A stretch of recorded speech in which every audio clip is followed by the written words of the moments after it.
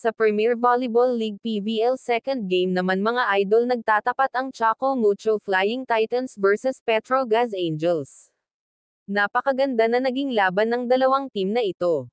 Pasok na ang Creamline Cool Smashers sa final dahil natalo nila ang Cherry Tigo Crossover sa first game via sweep.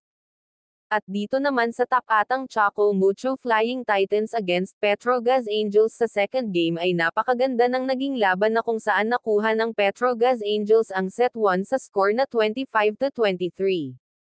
Pero pagdating naman sa set 2, set 3 at set 4 ay nakuha ng Choco Mucho Flying Titans sa score na set 2 26-24.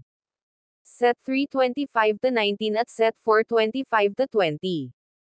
Kaya sa huli panalo ang Choco Mucho Flying Titans at pasok na rin sila sa finals.